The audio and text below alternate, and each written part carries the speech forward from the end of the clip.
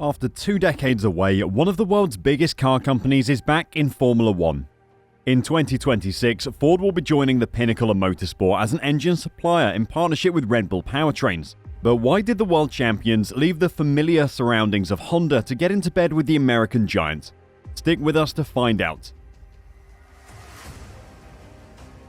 Despite being one of the biggest teams on the grid, up until 2022, Red Bull did not make their own engines, and even then, there was a big asterisk next to that fact.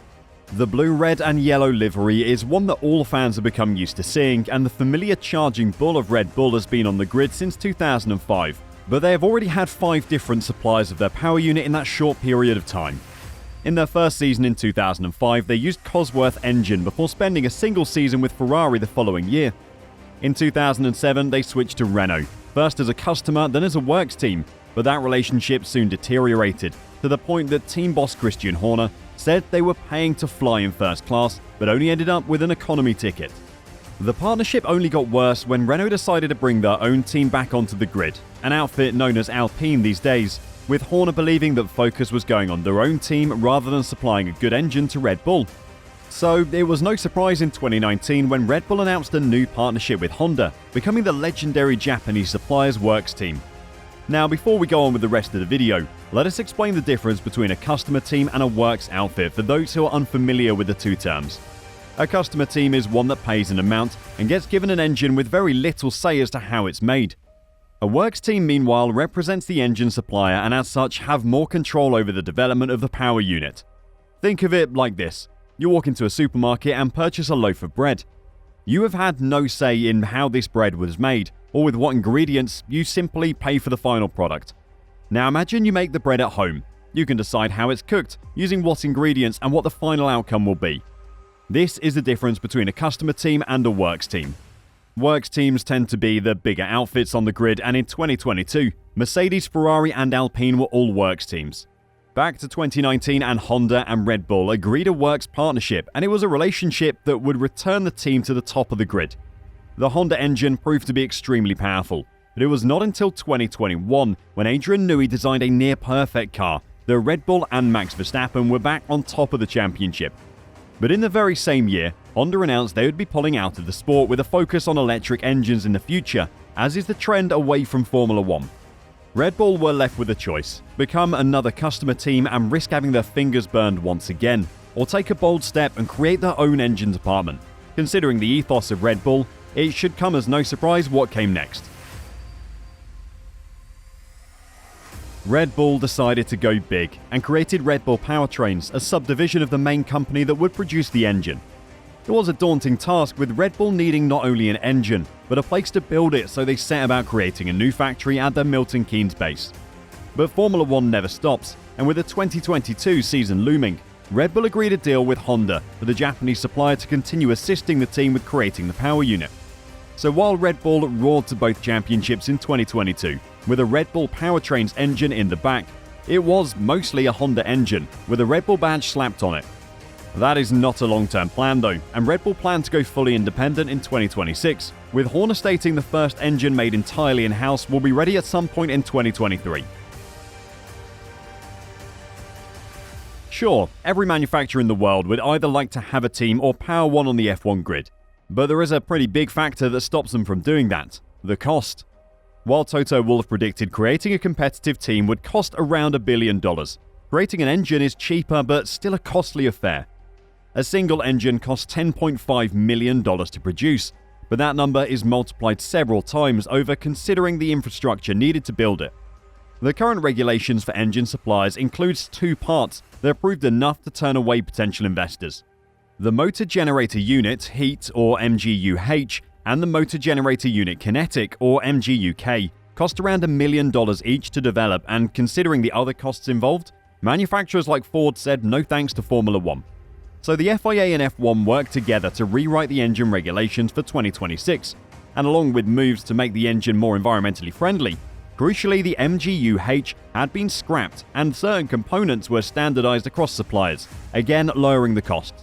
It was like the doors opening on a candy shop, and suddenly that money you had in your pocket went a hell of a lot further, and F1 found itself with a queue of manufacturers wanting to get in. Audi are in, Porsche trying, Mercedes, Renault, Ferrari are already there. Formula One is home to some of the biggest car manufacturers in the world. But what is missing from that list? America. Close to 10 million cars are made in the country every year, and yet there's very little representation on the F1 grid, with other series such as IndyCar and NASCAR proving more cost-effective for the likes of Ford and General Motors. Well, the 2026 regulations changed that. With the MGU-H gone, manufacturers believe the cost-to-profit ratio was finally in their favour, and each tried to plot their way in. Audi did so by buying a controlling stake in Sauber, allowing the team to become a works team supplied by Audi engines from 2026 onwards. Porsche have tried including a deal with Red Bull that came very close to being completed before a disagreement over control. General Motors have agreed a deal with Andretti, meaning should they be successful in getting a car on the grid, that team will eventually be powered by GM power units, but a constructor that had stayed under the radar for a long time was Ford. Of the American brands, it is Ford who has the most history in F1. In the 1960s, the Ford Cosworth proved dominant among its competitors.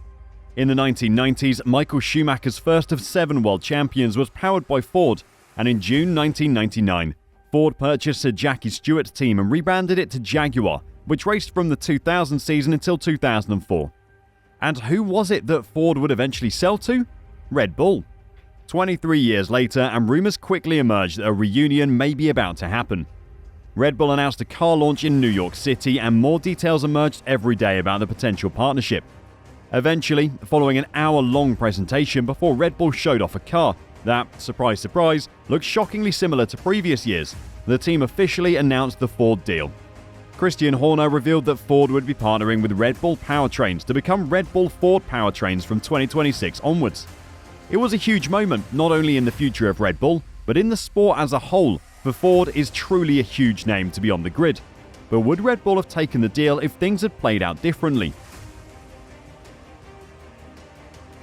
The Red Bull-Honda partnership has been one of the most successful in the sport's history, with the engine allowing Red Bull to secure 17 races in a single season. So the old saying, if it ain't broke, don't fix it, comes to mind. The reality is, though, it was not Red Bull who changed it. In 2020, following the coronavirus pandemic, Honda as a company found they needed to cut costs if they wanted to stay afloat. Believing that their best shot was to focus solely on electric vehicles, CEO Takehiro Hashigo announced that they would be withdrawing from Formula One in 2021, bringing a close to their 4th era in the sport. However, Hashigo was replaced the same year that Verstappen won his first world title, and although new CEO Toshihiro Mibe had different ideas, Honda had already confirmed they would be leaving, and Red Bull had started work on what came next. We've had an incredible partnership with Honda, and when they initially announced their withdrawal from Formula One in 2020, it was with great sadness, and that's what prompted the creation of Red Bull Powertrains, to take control of our own future, Horner said. As we set out on that journey, there was a change of plan with Honda, thankfully, to agree to continue to supply engines till the end of 2025, until we were building up our resource for 2026. That contract we have is until the end of 2025. We have a great working relationship. They are an incredible company, and under the current regulations, we will be pushing with Honda all the way until the last race of the 2025 season. So Honda put themselves in a terrible position of wanting to be in the sport, but having no obvious route in. Red Bull had already set up their power unit division, while every other team also had a supplier contract already in place. So for now at least, the working relationship continues, but Horner has confirmed there is a Chinese wall in place, meaning any information related to the engine post-2025 will be cut off from Honda.